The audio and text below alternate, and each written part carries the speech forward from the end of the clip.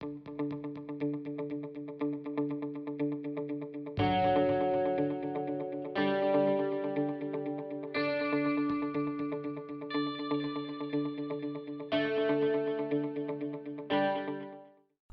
vamos trabalhar com uma outra obra que eu gosto muito, que é um trecho de Persépolis, que é um quadrinho que já está fazendo seus 20 anos esse ano, bem surpreendente. E a primeira vez que eu li esse quadrinho foi 9 anos atrás, provavelmente. E ele já não era novo, assim, mas é curioso ver porque ele segue aparecendo em muitos cursos, em muitas ementas, tanto de ciências sociais como literatura. Então ele realmente mudou bastante o jogo, eu acho, da indústria mesmo de quadrinhos, a respeito de como a mídia é levada a sério, de a gente ter entendido como essas outras maneiras de contar histórias, não só mais a palavra escrita estritamente, essa não tem mais o monopólio de contar histórias boas e precisas, e enfim, acreditáveis também. Então acho que Persepolis foi um desses grandes quadrinhos nesse sentido de ter realmente ajudado a quebrar algum desses preconceitos em relação à mídia, de graphic novels e comics, histórias em quadrinho em geral, tirinhas. Então realmente quando eu li pela primeira vez fiquei muito impactada e fiquei muito com essa impressão de nossa, tanto que eu aprendi aqui, não só no nível de ter compartilhado das experiências que a autora estava colocando ali e ter aprendido num nível mais empático, individual, mas quanto eu aprendi de história e de um jeito tão leve e divertido. E isso é uma coisa que eu sempre estou pensando em relação às ciências sociais e às humanidades em geral, é que eu acho que a gente pensa pouco comparativamente ao que eu acho que a gente deveria em como tornar as histórias que a gente conta interessantes, porque no final das contas escrever ali para o mesmo grupo de pessoas sempre não vai fazer muita diferença. Então eu tô sempre pensando, e eu acho que é isso que eu tento tirar da literatura e tenho aprendido com ela há muitos anos, que é que a gente tem como tornar as histórias mais interessantes, sem comprometer nenhum dos aspectos de qualidade de uma pesquisa ou de uma etnografia, e que a gente só ganha quando a gente torna elas atraentes para um grande público. E tanto tá havendo um movimento assim nessa direção, que recentemente eu descobri que tem até um selo de uma editora grande aqui do Canadá, que tá da Universidade de Toronto, inclusive, que tá publicando etnografias no formato de quadrinho. E chama Ethnographic, que eu achei um trocadilho muito legal e inteligente. Então acho que sim, a gente tá passando um momento aqui também de rever esse lugar da palavra escrita como única fonte de trabalho de qualidade, como única maneira mesmo, ou até como única maneira de fazer alta cultura, o que quer que isso quer dizer, mas em termos de produções culturais que sejam tidas como sofisticadas e a gente tá vendo que não é só a palavra escrita que permite experimentação, que permite sofisticação. Tem muitas outras mídias que também permitem, e eu acho que a antropologia finalmente está chegando nesse momento, tanto que nós nunca tivemos tantas coisas sendo produzidas em vídeo. Eu acho que durante a quarentena teve um boom, mas existe um movimento que existe há muito tempo, de produções audiovisuais dentro da antropologia, também nas últimas décadas, mas experimentação de novos formatos mesmo, de coisas mais voltadas para as redes sociais, e que não precisam e não perdem qualidade mesmo para nenhuma obra escrita, nenhuma monografia, nenhuma dissertação e tese. Então, o que eu queria dizer aqui é que eu estarei me referindo à obra inteira, apesar da gente só ter lido o começo. Mas eu acho que, enfim, não tem nenhum problema. Quem não exatamente, não vou estragar, eu acho que não é uma história que tem tanto a ver com criar expectativas e quebrar expectativas, pelo seu caráter mais biográfico. Então acho que não tem problema aqui eu dizer coisas que talvez alguns de vocês não tenham lido. Mas enfim, Persepolis é uma história autobiográfica, né, como a gente já estabeleceu, escrita pela Marjane Satrapi, que é uma mulher iraniana que vai começar a sua história ali no final da década de 70, quando aconteceu uma grande revolução que transformou o Irã no estado que a gente conhece hoje, um estado islâmico e fundamentalmente religioso, e que destoa bastante do que era a construção daquela nação na década de 70 e antes disso. Então, novamente também eu gosto sempre de dar contextos históricos para as coisas que a gente está discutindo. Eu acho que eles enriquecem bastante as nossas discussões. Então, só para dar um panorama geral, como vocês podem imaginar, e como, enfim, vocês já viram várias aulas e textos e referências, desde a escola até a universidade, ali aquele final da década de 70 é realmente marcado por muitos conflitos bélicos e ideológicos em toda a cena geopolítica, com ditaduras na América do Sul, ditaduras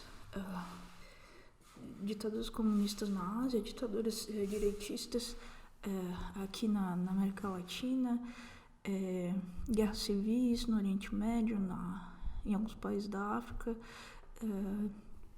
ali alguns países também na África acabando de conseguir sua independência, com isso muito fresco ainda, e tentando se estabelecer enquanto nações independentes, e com forças imperialistas atuando em todos os confrontos de acordo com seus interesses econômicos ali, né? Então, além dos países que no momento anterior estavam colonizando esses países do sul global, se a gente for usar essa terminologia, eles perderam o controle desses países, mas encontraram estratégias para retomar esse controle, principalmente financiando ditaduras e financiando líderes mesmo específicos, até grupos terroristas,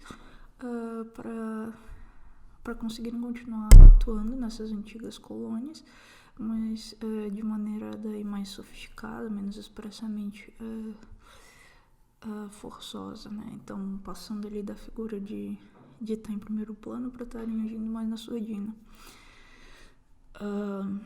E nós também temos, óbvio, nesse mesmo período, a Guerra Fria, né? E esse embate ideológico na mente das pessoas, mas também concreto, entre capitalismo e socialismo,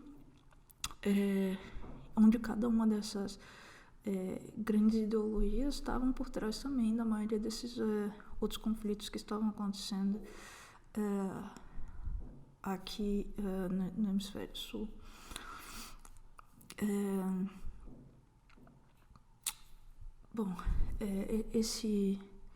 Esse embate, obviamente, entre essas duas ideologias, ele é muito mais nuançado, muito mais complexo, do que a gente, do que ele parecia demonstrar a princípio, e ele tinha muito a ver também com tensões históricas entre o que a gente entende como Oriente e Ocidente, né? Com o Ocidente se proclamando uma espécie de guardião da liberdade, e defendendo a liberdade a custo de muitas coisas, enfim, usando a liberdade para respaldar praticamente qualquer ato de violência, porque seria o valor mais positivo, mais extremado, e a coisa que todas as nações deveriam almejar. Era esse o discurso que se teria na época, nesse sentido, que uma busca pela liberdade realmente valeria qualquer esforço, qualquer violência. Então eu vou trazer aqui o Nicholas Rawls nesse texto de 99, um texto mais ou menos, na verdade, do mesmo período de Persepolis.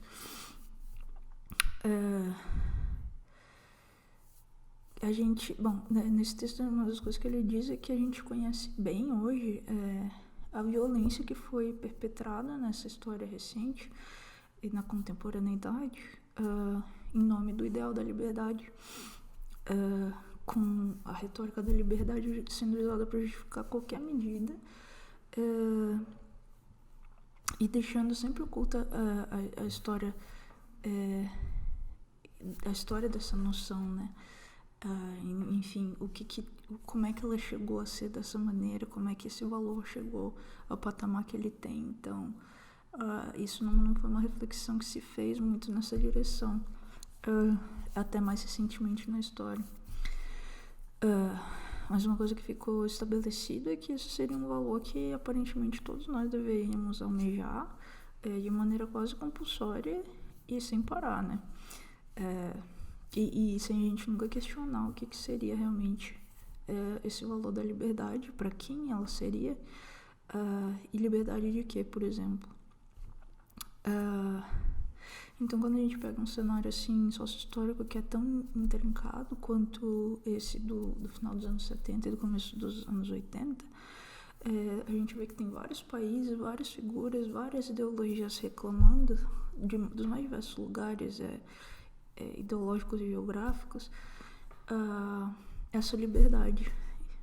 E esse conceito, cujo sentido ele é inteiramente abstrato e contextual.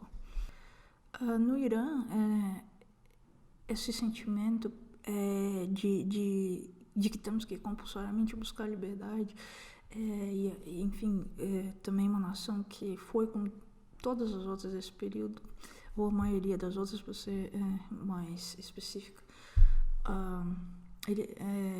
nós somos uma nação ali que está sendo contagiada por esses ideais de liberdade que estavam se discutindo tanto nesse período histórico, assim, principalmente entre a década de 60 e 80.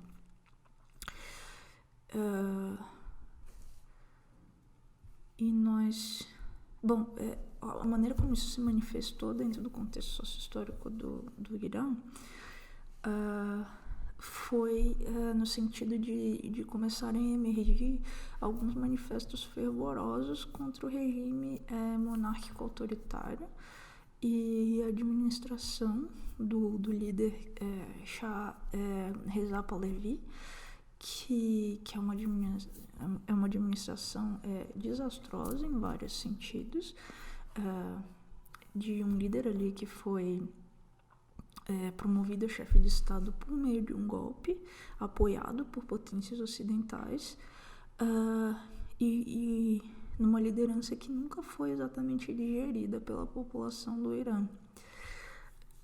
E o Pahlavi, ele era extremamente pró-ocidente, e no momento em que os países do sul global e mesmo do Oriente e da Ásia Ocidental e Oriental, estavam no momento em que estava todo mundo meio que se questionando a respeito desse discurso imperialista e dos danos que ele já teria causado a essas nações e como impedir que ele causasse ainda mais.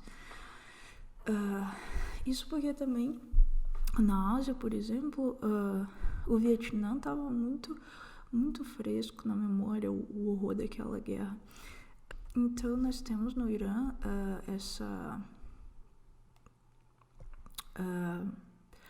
oposição, um pouco num espírito da época de contestar como se fazia política, como estava se fazendo política naquele momento. Então, um pouco nesse sentido, nós temos uma oposição forte e organizada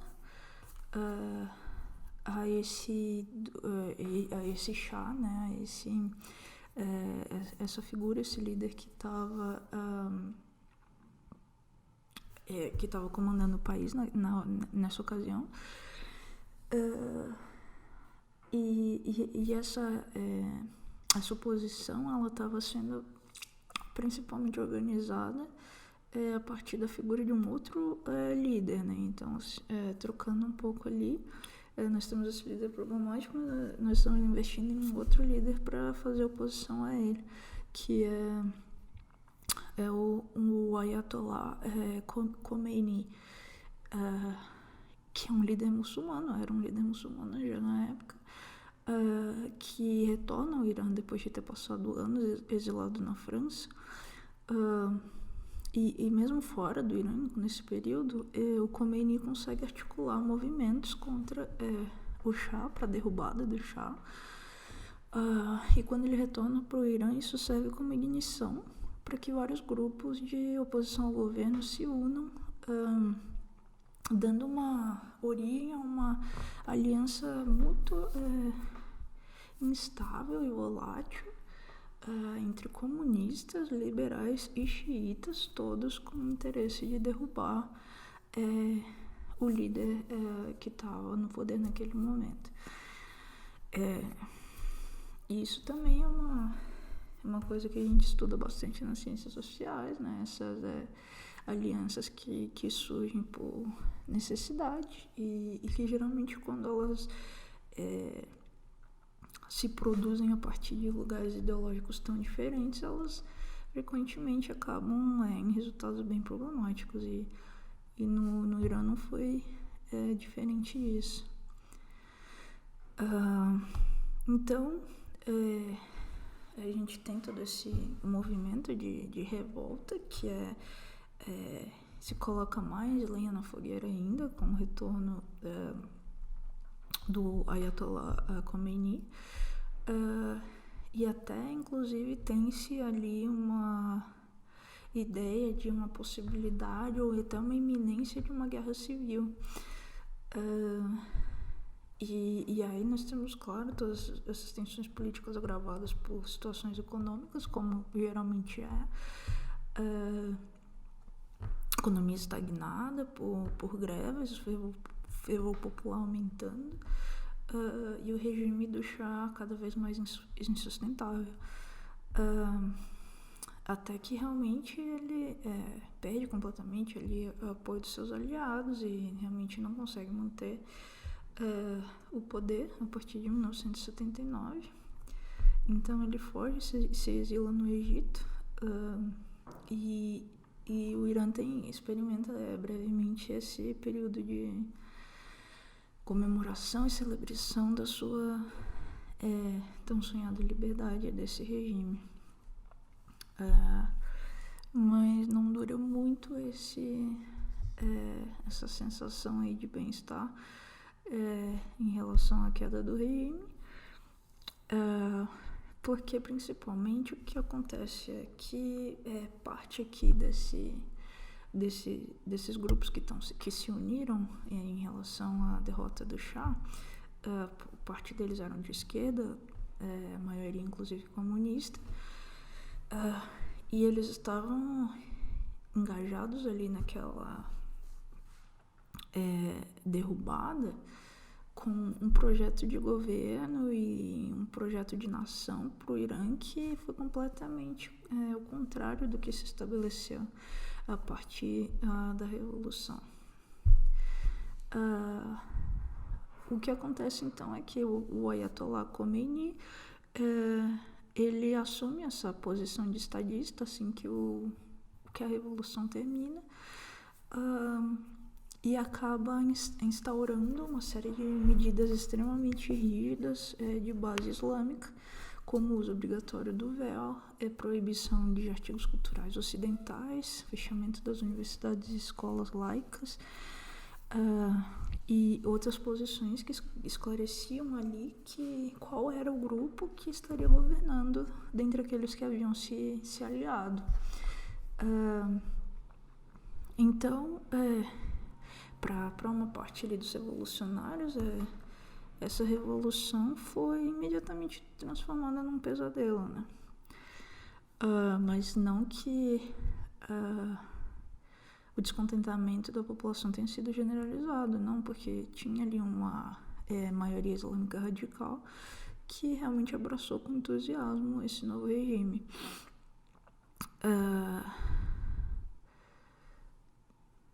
E algumas outras pessoas também acabaram defendendo ali o regime, num sentido de achar, não, mas espera aí, talvez a gente precise de um governo transitório, talvez as coisas não sejam assim tão ruins e definitivas quanto uma parte está pensando, talvez a gente precise de alguém com medidas mais firmes para nos ajudar a fazer essa transição de um regime para o outro. Então é nesse contexto super turbulento que a Marjane Satrapi cresce, né? Ela é uma criança, uma menina nova quando acontece tudo isso, a Revolução Iraniana. E é isso que ela vai contar na história de Persépolis, a partir de vários momentos da vida dela também, que a gente pode dividir em 3 arcos dentro dessa história que ela está contando. A infância que ela passa em Teherã, que corresponde aos primeiros anos da Revolução, a adolescência que ela passa em exílio, em Viena, e o retorno dela ao Irã na vida adulta, que é o 3º arco. Então, eu queria dar uma olhada nesse primeiro arco, né? Principalmente que a gente lê um pedaço juntos. Aqui eu acho que vale a pena trazer algumas reflexões da Sabah Mahmood, que, enfim, é uma autora maravilhosa que escreve, entre muitas outras coisas, sobre as questões da identidade, da subjetividade islâmica e da ideia de resistência e agência femininos dentro dessas culturas. E uma das noções que ela utiliza, que eu acho que tem bastante relação aqui com a história da Marjane Satrapi, é a ideia de resistência e agência. E a agência é definida pela autora como a capacidade para a ação facultada por relações de subordinação específica. E outra coisa também que eu queria trazer dela é esse discurso de que o Islã, tanto quanto o cristianismo, é incorporado, vivenciado e apropriado de inúmeras maneiras pelos sujeitos, em contextos muito distintos. Também é uma coisa que se relaciona muito com a história que a gente viu na semana passada, né? Evidentemente com a história da Tika, e onde nós temos uma mulher de origem étnica Hausa, que é uma comunidade marcadamente islâmica e também com tensões muito fortes na Nigéria com as populações cristãs. Nós temos também a figura dessa mulher que não necessariamente concorda, tem a ver, promove tipo de ideologia violenta com a qual a religião dela e a etnia dela estão historicamente relacionados. Muito pelo contrário, ela vê como algo ruim para todos os envolvidos. Esse tipo de conflito étnico, complexificando ali algumas ideias que a protagonista tem e que muitos de nós leitores também poderíamos ter em relações a pessoas de religiões e etnias específicas. Então, o Mahmoud também está trazendo muito essa questão de não existe uma massa da qual se pode falar, uma massa de pessoas pensando igual. Existem pessoas extremamente críticas de algumas posturas de grupos islâmicos dentro do próprio Islã. Existem pessoas vivendo o Islã de maneiras completamente diferentes umas das outras. Não existe essa homogeneidade que o Ocidente frequentemente imprime sobre populações islâmicas. Bom, então a gente parte aqui primeiro dessa ideia para entender até a própria Satrapi, de que se identificar como muçulmano não significa de nenhum modo assumir uma postura política específica. Principalmente, na verdade, ao contrário disso, indivíduos dentro de um mesmo sistema religioso podem ter visões conservadoras, liberais, de direita, de esquerda, centro, teocrática, laica, etc. Bem como a gente vê aqui no Brasil, embora, é claro, exista uma associação, sim, de certos grupos religiosos com uma postura ideológica específica, mas não existe homogeneidade. Isso realmente a gente não tem como dizer que é uma questão. Então, como sugere tanto a Satrapi quanto a Mahmoud, nosso olhar ainda precisa ser muito sensibilizado em relação ao que se chama de Oriente, que também já é uma colocação bastante, às vezes, esvaziada de sentido, né? Claro que a gente, em geral, consegue entender o que é Oriente quando a gente está falando disso, mas também é preciso entender o Oriente, o Ocidente, ou seja lá que classificação, que framework a gente esteja usando para analisar, como coisas muito menos homogêneas também do que a princípio a gente pode pensar. Então, Mahmoud tem a seguinte colocação, que eu acho que vale a pena aqui, no sentido de entender a história de Persépolis, que ela fala: o meu argumento será inteligível para aquele antropólogo aqueles antropólogos, que há muito reconheceram que os termos que as pessoas utilizam para organizar suas vidas não são uma mera glosa de ideologias universalmente partilhadas acerca do mundo e do lugar de cada um no seu seio, mas são de fato construtivos de diferentes modalidades de pessoa, conhecimento e experiência. E aí nós temos a Satrapi, que se reconhece como mulher, como muçulmana, como de esquerda, iraniana, feminista, opositora do regime, crítica do Ocidente, crítica do Oriente. Todas essas categorias são apropriadas por ela de uma maneira absolutamente singular, que possui um conteúdo muito específico para sua identidade, e que está sendo construída ali na medida em que ela é afetada por diversas experiências. Então é muito legal quando a gente vê ela enquanto criança, e ela se descreve como uma criança completamente ordinária, com o adendo de que muito ordinária, porém particularmente religiosa.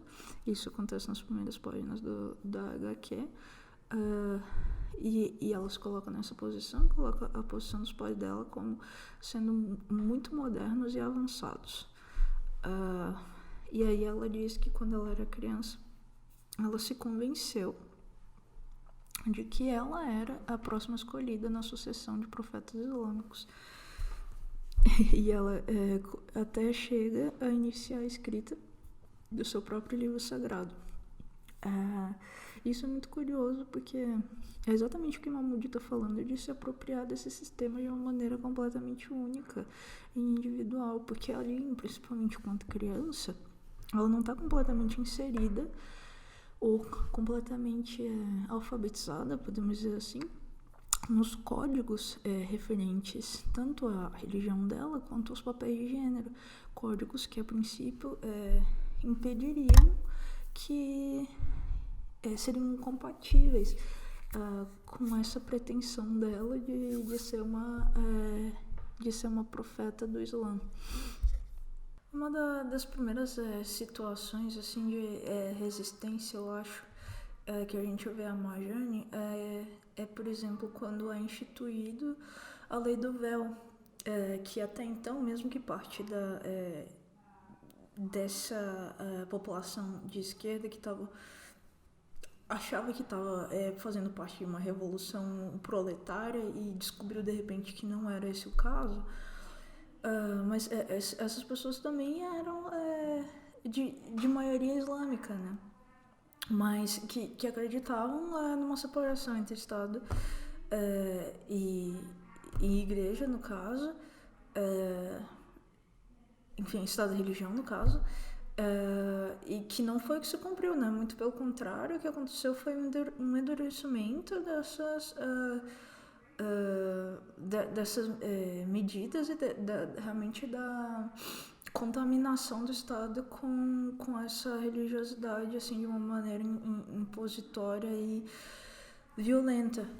Então, uma das primeiras medidas que o Ayatollah toma é instituir a lei do véu, e também uma das primeiras situações que a gente vê a Marjane assim, tendo que lidar com aquela nova situação, mas de uma maneira né, toda dela de resistir e de mostrar algum tipo de discordância ou de realmente não conseguir entender o que estava acontecendo naquele momento, mas de não aceitar e não se permitir ser subjugada num primeiro momento. Então a gente vê a Marjane e as outras meninas demonstrando ali mesmo com uma pouca idade algum tipo de resistência à nova situação em que elas se encontravam, né?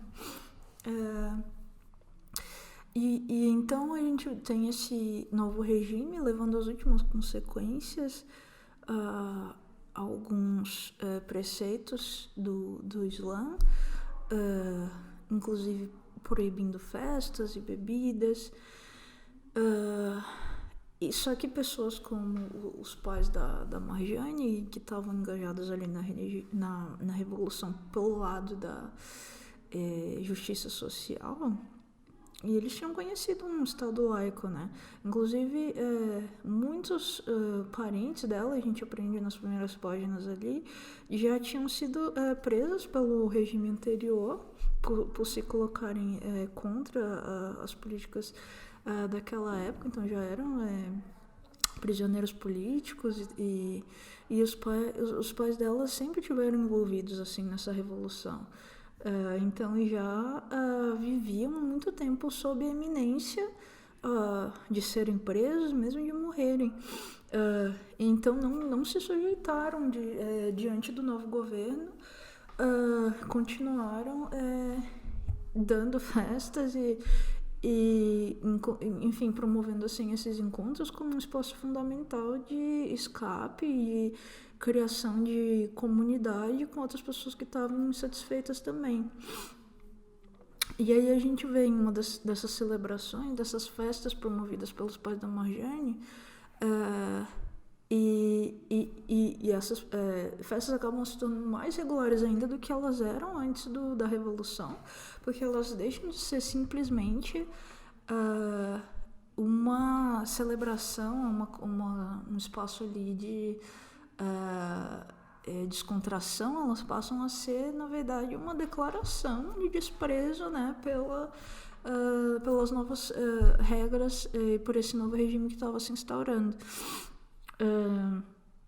Então, numa dessas ocasiões, a polícia acaba seguindo eles quando eles estão voltando para casa. E é um episódio que eu acho muito emblemático, porque demonstra, eu acho que muito dessa agência que a Mahmoud está falando em ação, no sentido que é quando a Marjane Satrapi se apercebe de que as mulheres ali estavam num regime de invisibilidade promovida pela nova situação política em que se encontravam, mas que elas conseguem subverter essa invisibilidade delas para agir na surdina ali com estratégias de resistência e até de subversão, assim, dessa passividade que é esperado delas, né? Então, elas acionam essa possibilidade de estarem se sentindo invisibilizadas e de estarem sendo invisibilizadas pelo regime de maneira muito sofisticada para contornar essas novas regras. Então, quando se percebe que esses policiais iam entrar na casa deles e fazer uma batida atrás de bebidas alcoólicas e artigos proibidos, como qualquer coisa que fizesse menção ao Ocidente, a avó da Marjane pede para ir na frente, voltar para casa e subir logo, enquanto o Satrapi, os pais da Marjane, eram revistados embaixo do prédio deles. Ela disse que não tá bem, que precisa subir porque tá passando mal da diabetes dela, que precisa de um remédio. Então ela tá se valendo ali não só da sua posição de mulher, mas também da sua posição como idosa, e acionando assim certas coisas que eles poderiam achar dela, por ela ser, enfim, mais de idade, usando isso contra eles, né? E também se valendo assim de um estereótipo de ser inofensiva, né? Por conta da sua própria situação, novamente, de gênero e de idade. E um dos guardas fica se sentindo mal, assim, e deixa ela subir. E aí, quando os soldados terminam a revista e realmente invadem a casa em busca de provas, ela já tinha se livrado de qualquer evidência comprometedora, né? E aí, enfim, eles não encontram nada, não podem fazer nada, não encontram nenhuma evidência de irregularidade, e acabam indo embora. E essa possibilidade de fazer uso assim, consciente dessa posição de vulnerabilidade e ingenuidade decorrente do fato dela ser uma mulher, são algumas armas que a própria Marjane vai incorporar e aprender a utilizar contra a dureza do regime no qual ela vive. Mas aí nós vemos também uma situação de suspeita mesmo que vai se instaurando, como em qualquer regime desse tipo, onde o governo promove basicamente uma situação de colocar as pessoas umas contra as outras, e vizinho contra vizinho, e enfim, dá a essas pessoas muitas vezes a ideia de que elas teriam algum poder quando elas tomam parte nesse regime, por exemplo, denunciando pessoas, pessoas que em outra situação talvez tivessem, com quem elas talvez tivessem laço de amizade, por exemplo. Então acaba se instaurando uma ideia de vigilância constante que era incentivada pelo regime do Ayatollah, e que gratificava as pessoas que denunciassem pessoas que estivessem indo contra essas novas regras, né? Então a gente vê no quadrinho esse clima de vigilância constante crescendo. A gente vê alguns familiares da família Satrapi sendo executados pelo regime. A gente vê bombardeios acontecendo e essa progressão assim muito rápida de como as coisas estavam degringolando mesmo ali para as pessoas que não estavam de acordo com a maneira como aquele novo estado estava se organizando. Então, a Marjane acaba podendo, os pais arranjam para que ela saia do país, que é uma coisa que ela só pode fazer, inclusive, porque ela é mulher, porque ela já tinha 14 anos nessa ocasião, e os meninos, a partir dos 13 anos, já não podiam sair do Irã, porque tinham que ficar à disposição do exército. Então, é mais uma maneira de certo modo, ela está subvertendo ali uma coisa que, em geral, colocaria ela numa posição de vulnerabilidade, mas que é exatamente o que, no final das contas, permite que ela escape brevemente dessa situação. Então, os pais dela fazem todo um planejamento para tirar ela do país, e ela é mandada para Viena para ficar morando com os amigos dos pais dela, numa situação de grande choque cultural, né?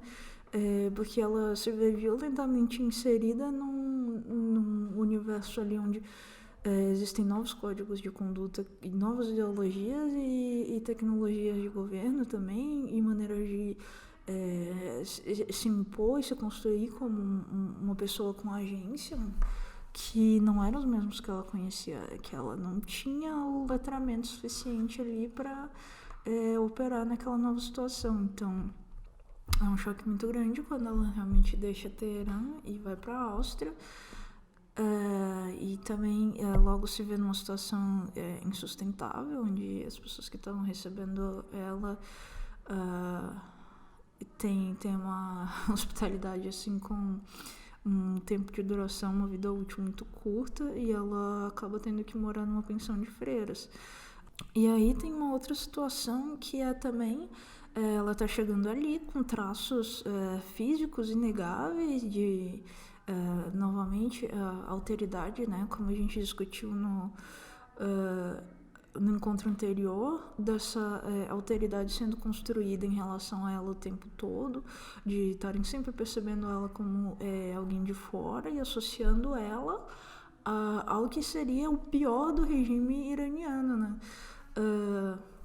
Então ela se vê nessa situação de repente estar sendo ali uma representante viva de um regime que não tinha novamente nada a ver com as crenças dela, com a vivência dela e da família dela, mas que para os outros que estavam percebendo ela como diferente e estavam colocando ela nesse lugar o tempo todo. Novamente, eu acho que é um paralelo muito tranquilo da gente fazer em relação à interlocutora da Tika na história da semana passada.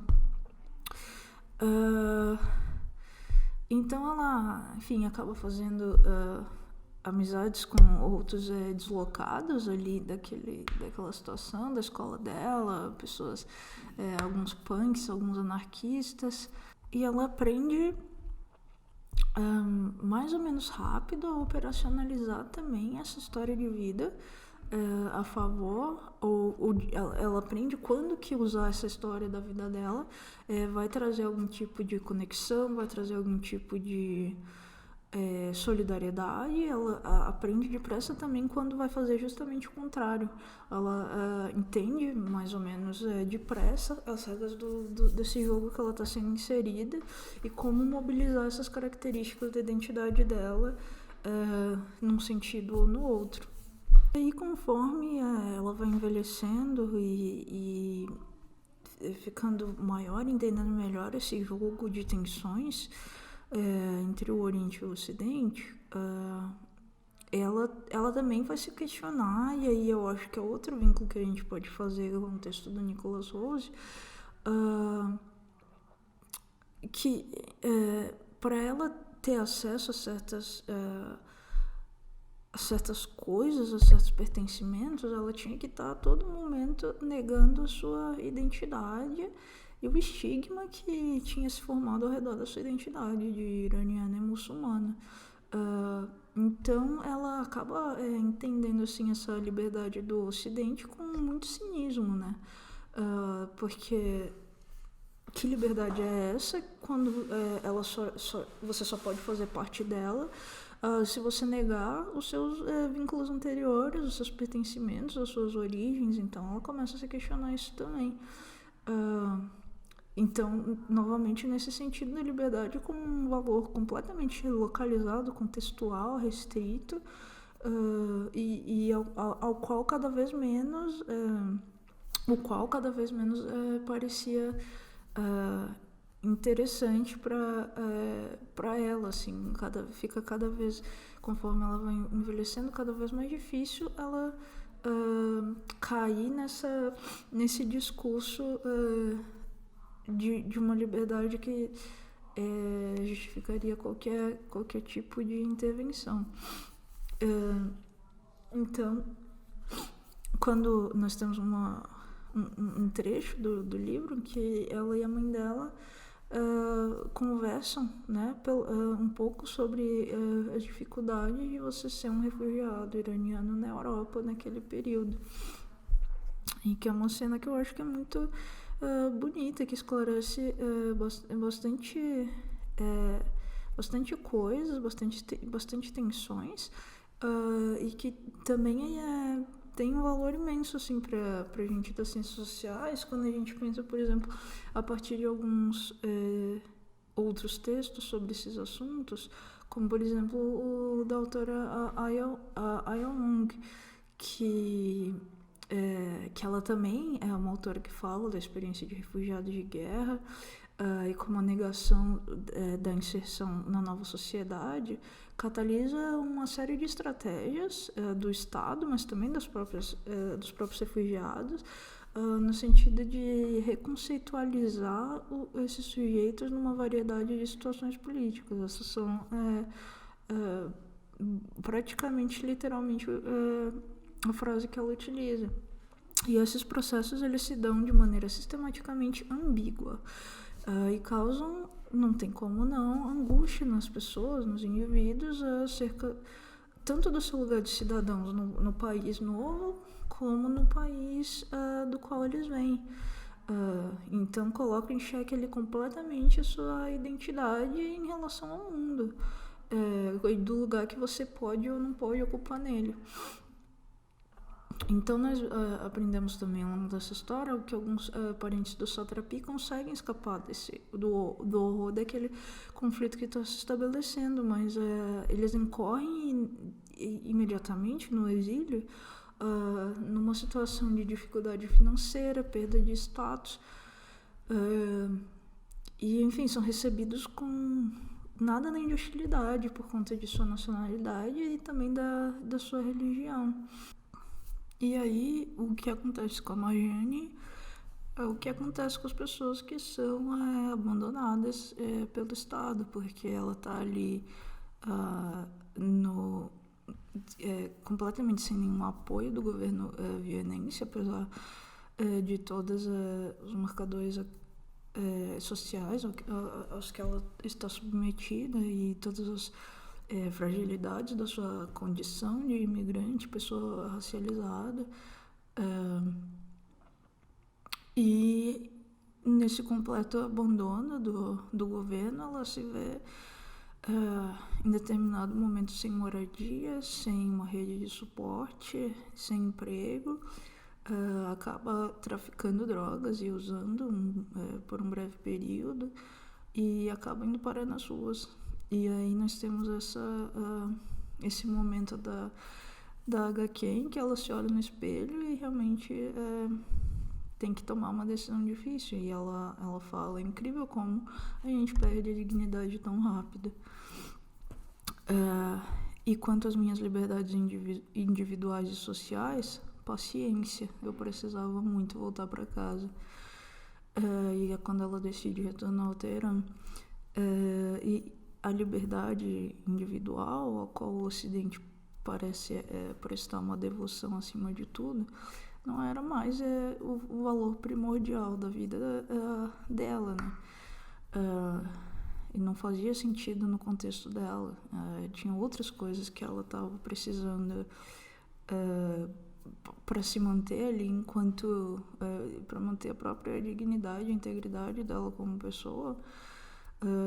Teve que colocar as liberdades individuais em segundo plano, era de outra coisa que ela precisava.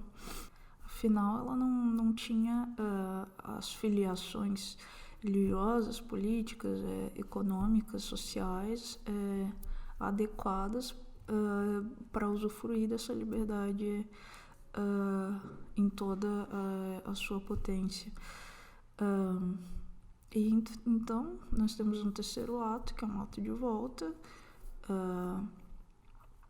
Aí nessa odisseia da Marjane, é onde ela volta para casa, já adulta.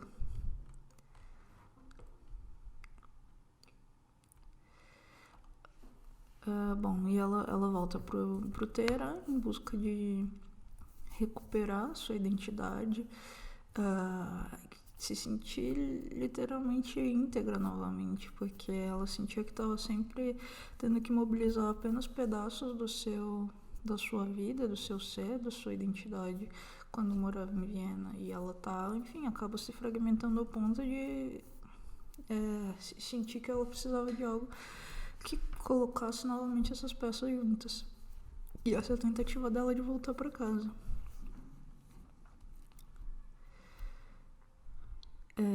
Enfim, daí a gente vê um conflito que é muito assustador para ela, que é o de, quando está morando na Áustria, não ser ocidentalizada o suficiente.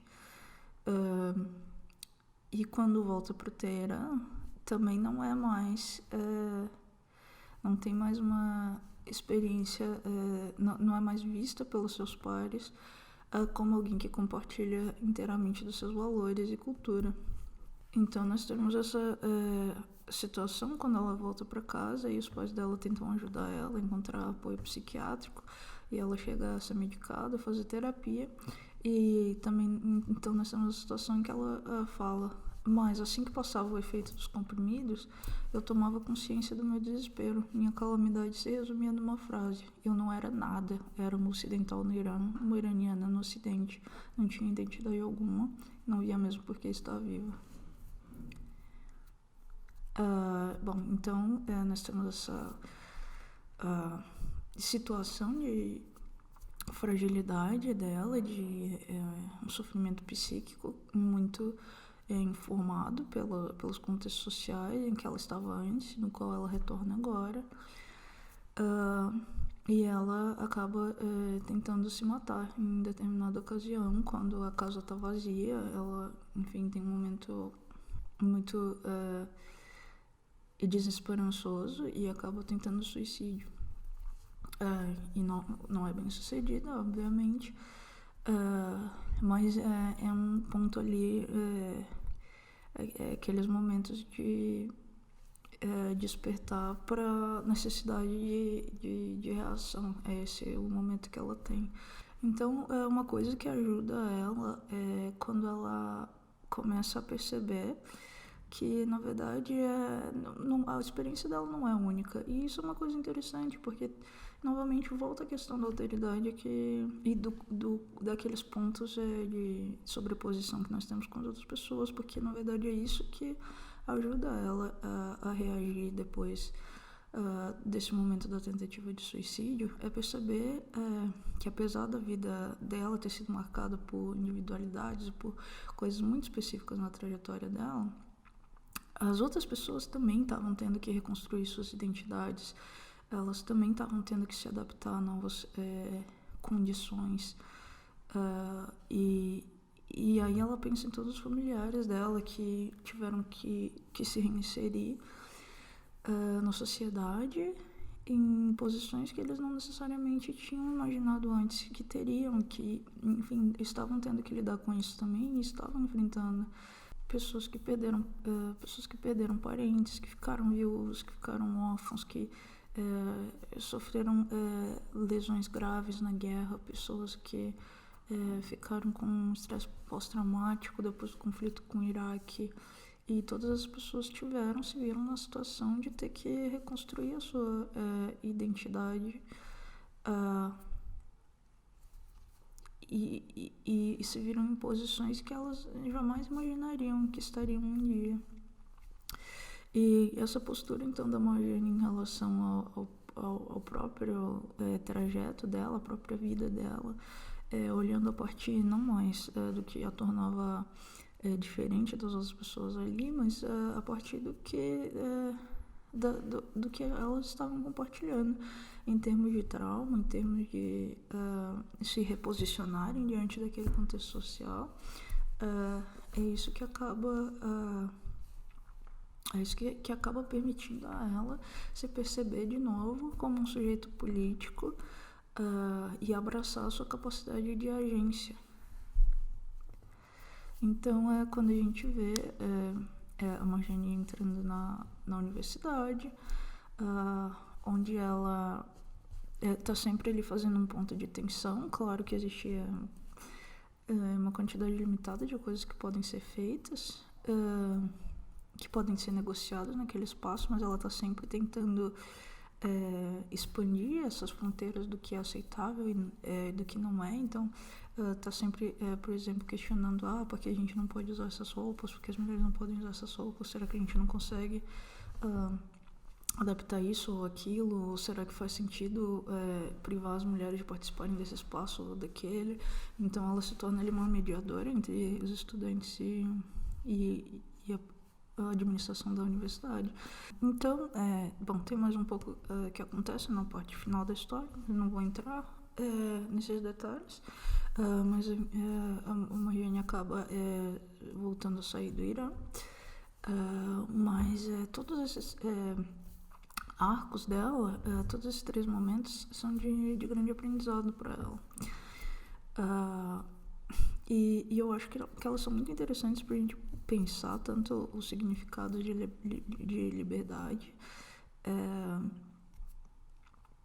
pensando também no caso de uma liberdade individual, de um valor acidental, de que qualquer coisa valeria para adquiri-la, mas também repensando um pouco as maneiras subversivas como as pessoas resistem, que a resistência nem sempre vem através de grito, de explosão, de protesto. Então, nós temos pequenos atos no nosso cotidiano que são revolucionários ao seu modo, que demonstram grande agência de nossa parte. E, enfim, as coisas elas são sempre inseridas nesses contextos.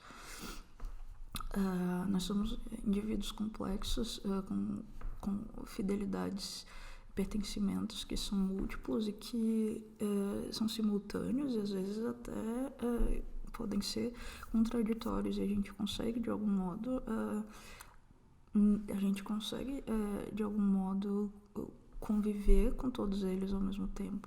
A gente sabe exatamente como mobilizá-los, como fazer uso dos nossos pertencimentos e como tornar eles coesos com nossa personalidade e individualidade. Enfim, são essas multiplicidades que tornam as coisas muito mais complexas do que, por exemplo, comparado à história que a gente viu na semana passada, a gente poder dizer que os Hausas são todos violentos, ou que, enfim, todos querem a aniquilação dos Ibos. Obviamente essa não é a questão aqui, ou de achar, por exemplo, que as pessoas que estão sob o domínio de um Estado Islâmico, obviamente elas não são todas a favor desse regime. Na verdade, possivelmente a maioria é contra. Então, para hoje, eu acho que queria deixar aqui essas reflexões sobre agência, sobre subjetividade, sobre liberdade, até sobre o que nós entendemos por Ocidente. Mas também gostaria de deixar essa reflexão sobre os valores de mídias alternativas e do tanto que nós podemos aprender com elas quando nós levamos elas a sério. Que eu acho que é uma discussão que a gente Já vem tendo algum tempo na antropologia, mas que eu acho que a gente devia dedicar mais tempo a ela e a pensar em maneiras de produzir conhecimento que não precisam mais ser tão rígidas, não precisam ser tão limitadas a uma mídia específica. Nós estamos observando aqui um momento de revisão, definitivamente, desses espaços, e nós vamos ver nas décadas seguintes maneiras muito originais e que nós nunca pensamos de se produzir conhecimento científico. Então deixa essa reflexão aí, enquanto esse movimento acontece, como a gente pode ir pensando sobre essas mídias alternativas e como a gente pode usar elas a favor de tornar o conhecimento também mais interessante, mais acessível e, enfim, mais engajante.